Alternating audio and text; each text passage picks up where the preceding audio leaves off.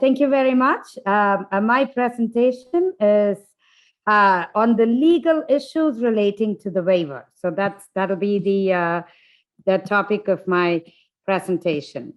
Give me just a second. Okay.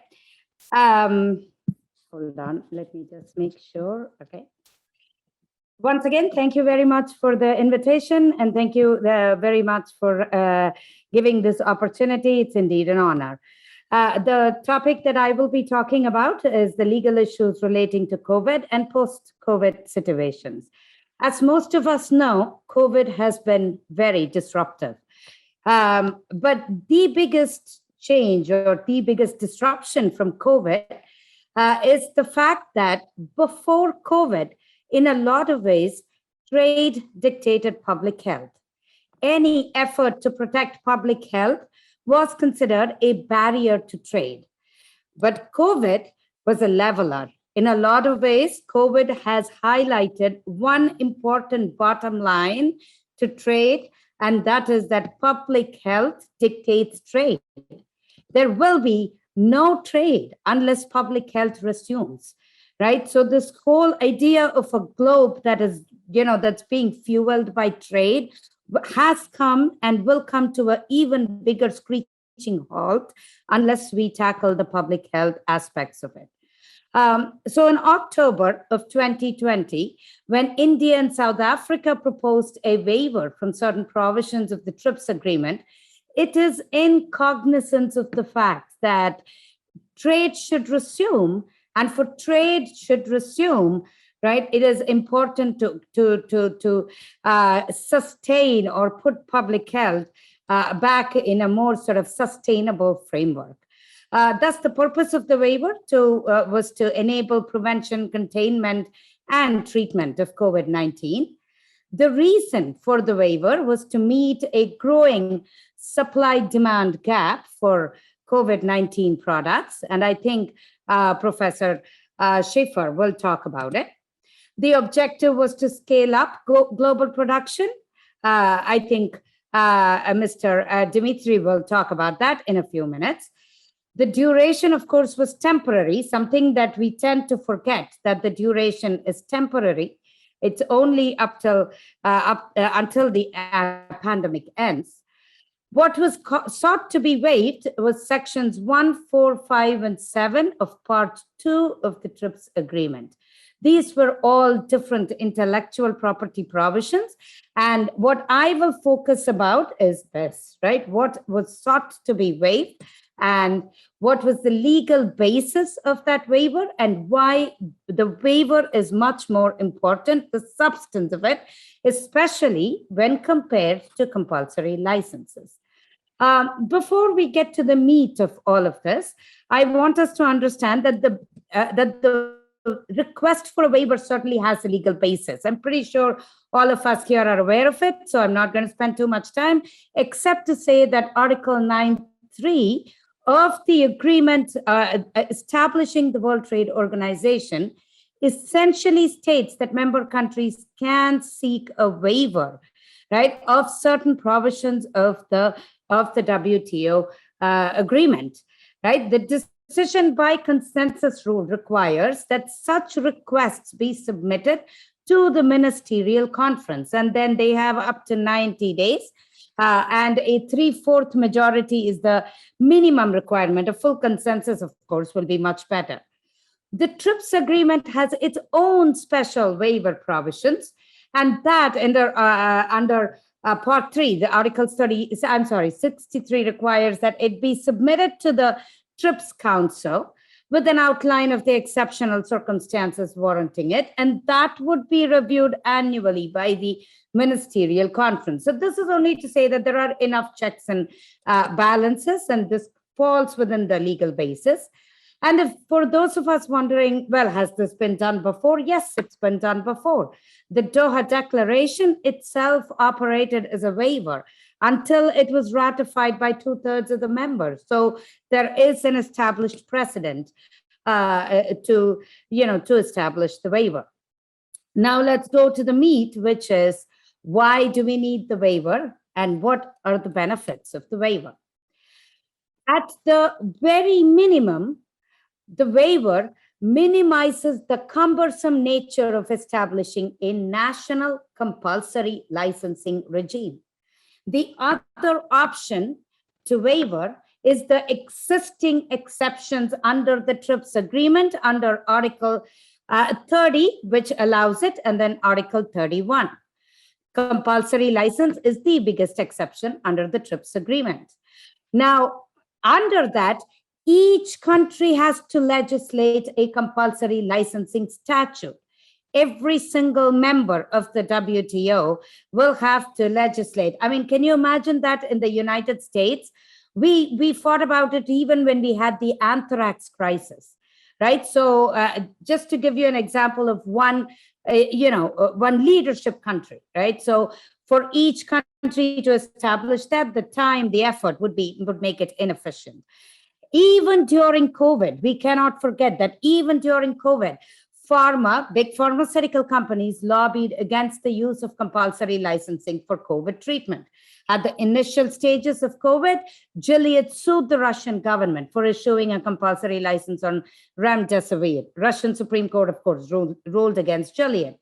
Pharma lobbied against the Hungarian compulsory license provisions on remdesivir, and that became part of the much criticized USTR submission for 2020. India was also featured in that submission, right, in 2020.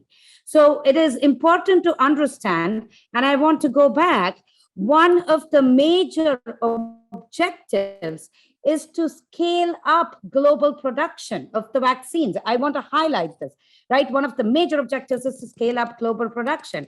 Unfortunately, the mechanism of compulsory licensing will not help the objective of scaling up global production in many, many countries.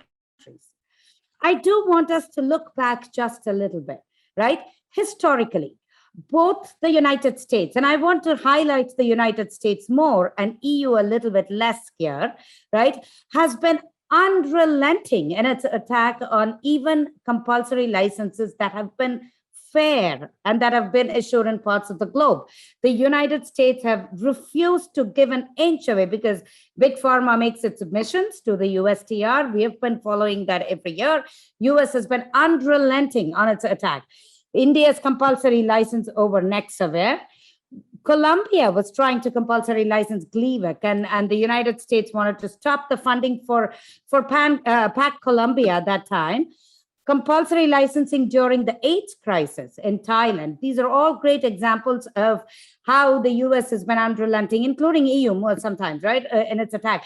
The reason I want to say that is, today, poorer countries are hesitating to go that route because they have gone through this and they know that this will not help them, right? And to some extent, for these countries, EU and US, to push it, it really doesn't make sense knowing that they have not been a supporter of all of these in the past.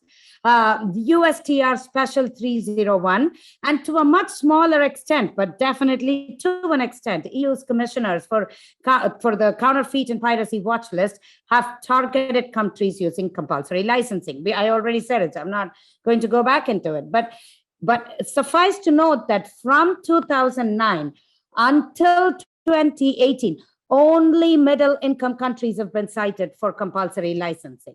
So it's very important. And so poor countries, of course, hesitate that option. There are other things I want to highlight from Palmado's study. We commissioned that study. I'm very proud of that study. We commissioned that as part of Texas A&M's research on USTR work. And so some of these things that I would like to highlight shows why compulsory license will not be efficient. Over a 12-year average, 82% of the countries recommended by pharma were included in the Special 301 report of the USTR. 75% of countries listed by USTR were criticized every year for the use of TRIPS flexibilities. It included all TRIPS flexibilities, right? Patents, compulsory license, patent, lack of patent linkage, data protection, all of these were included.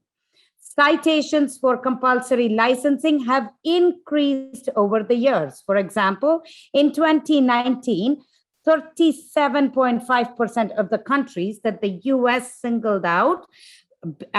It was singled out because Big Pharma wanted them to be singled out in their original submission. And each one of these was because of compulsory licensing. That's a big number, 37%, right? 37.5. All of these countries together make more than half of the world's population. So today with COVID, we realize how important that is, right? That more than half of the world's population reside in countries listed by USTR in Special 301.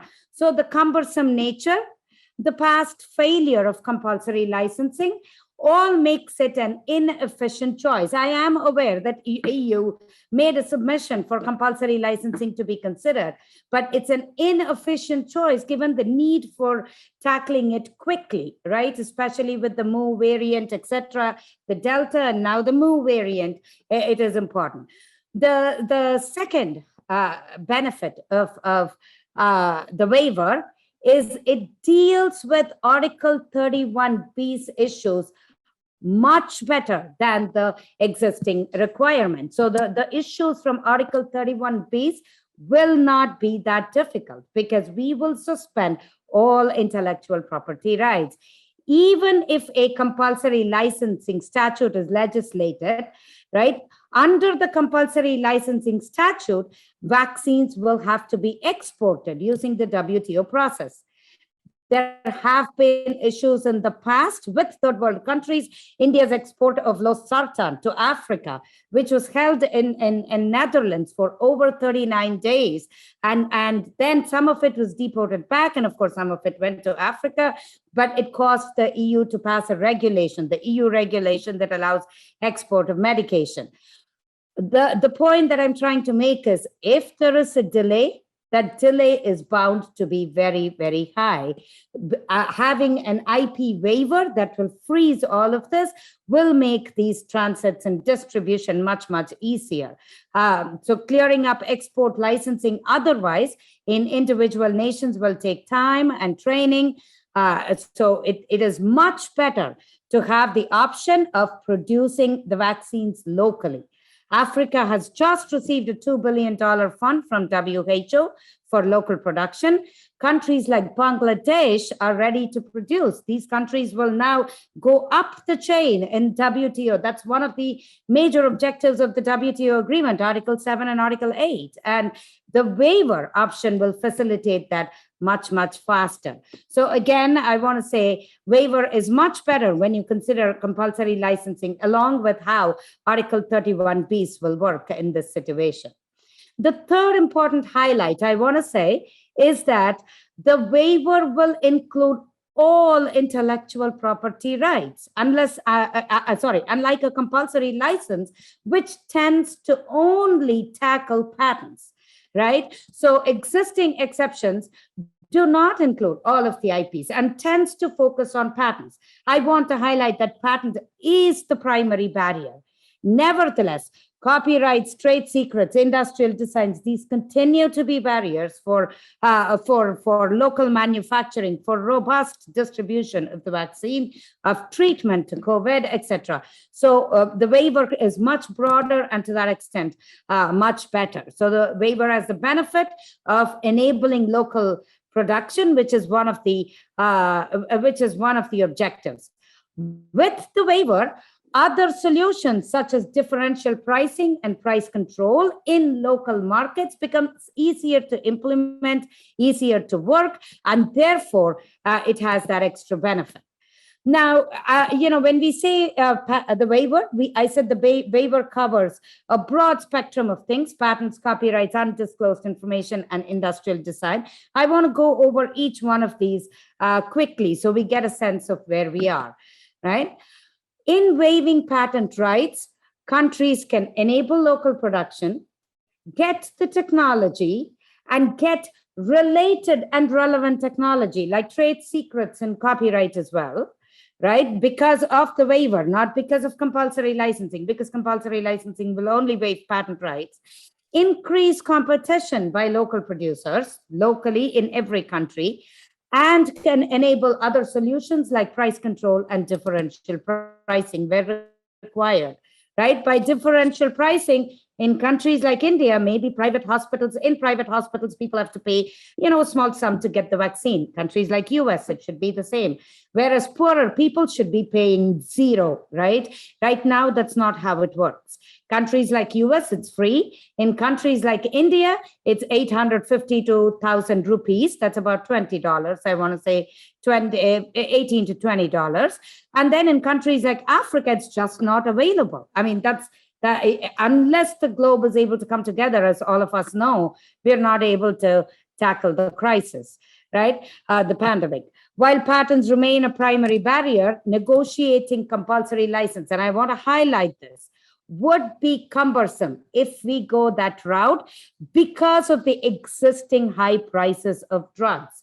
This happened already during the AIDS crisis, right? When we went to Big Pharma to reduce the price of drugs, Big Pharma refused to do it to the extent to which these countries want the prices reduced, right? It was a constant haggle on how much and what percentage to raise. And to give you an example of how much prices are being hiked, I took the example of 5 non-COVID drugs, right? And these are the top 5 non-COVID drugs manufactured by pharma. One of them is Pfizer, I want to highlight, right? Look at the number of patents that they have, right? I mean, are we going to issue a compulsory license saying all patents are going to be suspended? I doubt it, because then there is going to be a national litigation on, no, patent number 90 has nothing to do with COVID, patent number 132 has nothing to do with COVID. So it's going to end up with a lot of litigation if we do compulsory licensing. The other thing I want to highlight is from in this period, from 2012 to 2018, look at the percentage of price increase. Are we going to expect that pharma will reduce the price to 1% of what they're selling right now? Look at even that may be high for some countries. So some drugs have increased by 155 to 163%, right? Especially with COVID products, it's important that governments step in, right? Otherwise, pharma will control the number of patents that are being compulsory licensed, with what can be licensed, and that could slow the process and lead to national litigations, which other countries are forced to tackle. So this is something we have to be very, very aware of and cognizant of, right? Fact remains that volume sales will offset monopoly prices for pharmaceutical manufacturers. Right? Bayer in India is a great example. When the Bayer drug Nexavar was compulsorily licensed, there was a huge hue and cry about it. But after the license was put in place, Bayer's sales and thus Bayer's profits in India actually increased. And that was something Bayer had to concede after the compulsory license was done, even though it had a competitor in the form of Natco, but they were forced to reduce the price. Because they reduced the price, more people started buying Bayer medication as well, and their sales increased, right? So that's something for pharmaceutical companies and for governments to be aware of. It is also a fact, and Mr. Coleman also talked about it, right? Much of the vaccine has been developed using public funds. Because public funds have been invested to develop these vaccines, local production using the waiver is an absolutely important thing to deal with the pandemic, right? So I wanted to highlight the extent of public fund used to develop the vaccine, because the more we realize that public funds have been used, the justification for monopoly that pharma is seeking becomes very, very thin. And because the justification for monopoly is thin, the waiver becomes a much more appropriate mechanism, right? So this is the extent of public funds that have been invested into each of the development of these vaccines. Except for Merck, which did very, very side sort of things with the vaccine, very, very small components, almost almost to facilitate the development. Every other company has gotten money in the range of billions. Pfizer is almost $6 billion, right? And look at GSK, 2 billion. Novartis is another, Novavax is another 2.1, right? So each of these, vaccine developers have benefited from a lot of public fund. It's only fair that they share what they have found using the public funds to the rest of the public, so we can deal with the pandemic, right? So this is all about patents. The waiver has the additional benefit, we already talked about it, of including copyright as well as trade secrets, etc. as well. Why is copyright important? As on today, copyright software protects production of vaccines. AI software is used for data mining, to run ventilators, and certain equipment, medical equipments that are used to treat COVID are encrypted using copyright law. In the US, all those encryptions, and parts of EU too, most of EU too, those encrypted passwords are protected using copyright law. While Article 13, 14, and 14.6 of the TRIPS agreement outlines exceptions to copyright in special cases, these exceptions work only if they don't conflict with the rights of the patent or copyright holder. Waiver, on the other hand, covers copyrights and thus makes all of these available for use. Right? Compulsory licenses rarely, if ever, it never includes copyright. So it's very important to understand why the waiver is a little bit beneficial when it comes to copyright. The same with Article 39, trade secrets, clinical trial data, who has what side effects in which countries and for how long, and how, those kind of how the variant spreads and so on, those kind of clinical trial data cannot be dealt with using using compulsory license legislations, right? They require a waiver. And trade secrets protect critical information for production, distribution, clinical trial data, regulatory exclusivities in the US, right? All of these in parts of EU too, especially for biologics, 12 years in the US, right? Biologics are protected for data exclusivity. Those are all important aspects that a waiver covers. A compulsory license will not cover this, right? So that's an important thing that I would like to underline. Regulatory exclusivities are one of the things that are most manipulated now by pharma companies. Even if we freeze patents, let's assume we freeze patents. I want us to see this. Gilead requested an orphan drug status for remdesivir in March of 2020, right? This is when COVID was just picking up. Gilead realized that remdesivir's patent was expiring and therefore requested orphan drug status, right? So Article 39.3 accepts protection of data. In some circumstances, it can be accepted for public interest purposes, but that's again subject to the rights of the owner. Some professors, like Professor Doris Long, for instance, has said that Article 13, Article 39 should all be accepted even from the waiver, basically saying that it should be completely fair use, should be completely allowed during COVID, beyond even the waiver, right? So that people don't question the limits of the waiver, right? So, and I kind of tend to think about that as the broader scope and something that I want everyone to consider. Article 13 of TRIPS, 39.3 and Article 30 for patents should be accepted even from the waiver. The other biggest benefit is that waiver will also prevent national litigations. We all saw how Big Pharma came behind India, right? When for the Bayer compulsory license, these kind of national litigations can be prevented if we use waiver. Compulsory license will not. South Africa, India, all of these went through huge litigations from pharma.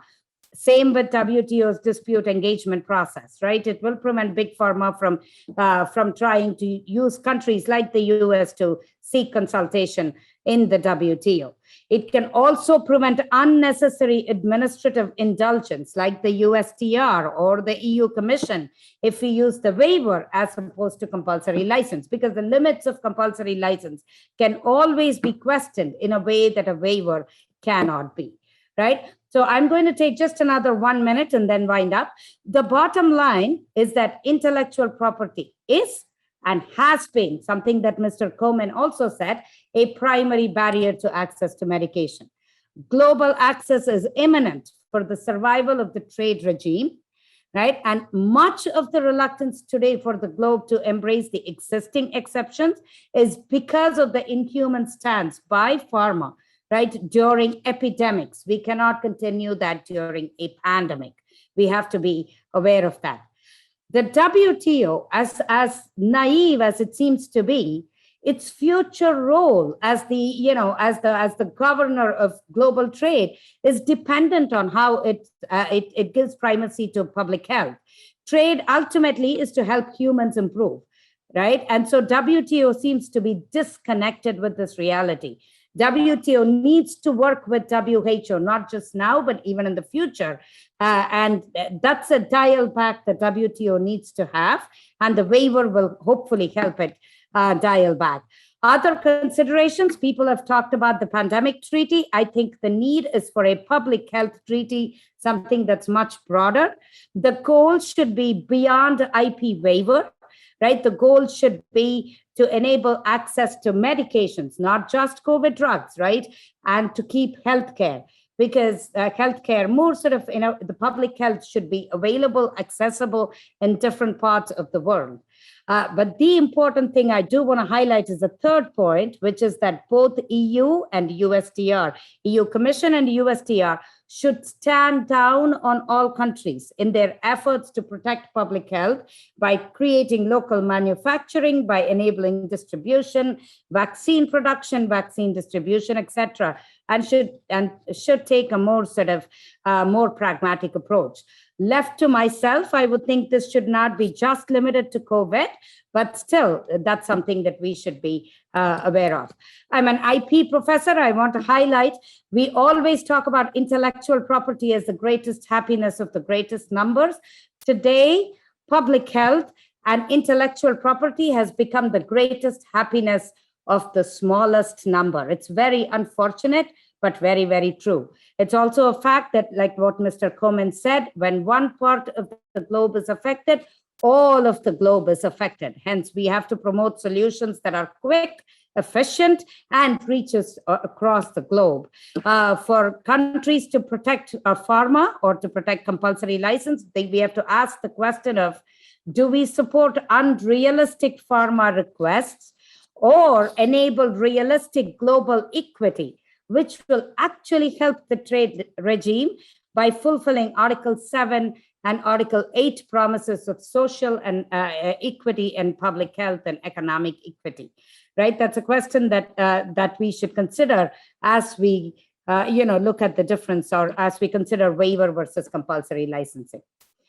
I want to say thank you by end by saying ideology, the IP, intellectual property is a rich ideology, but it's the luxury of the rich. It's not something that poor people can afford. Ideology is not something poor people can afford at this time. Let's not lose lives and global productivity for the sake of an unrealistic ideology during a pandemic. Thank you very much, both for the opportunity and for the extra time. Thank you, Mr. Komen, for the invitation. And with that, I'd like to hand over the podium.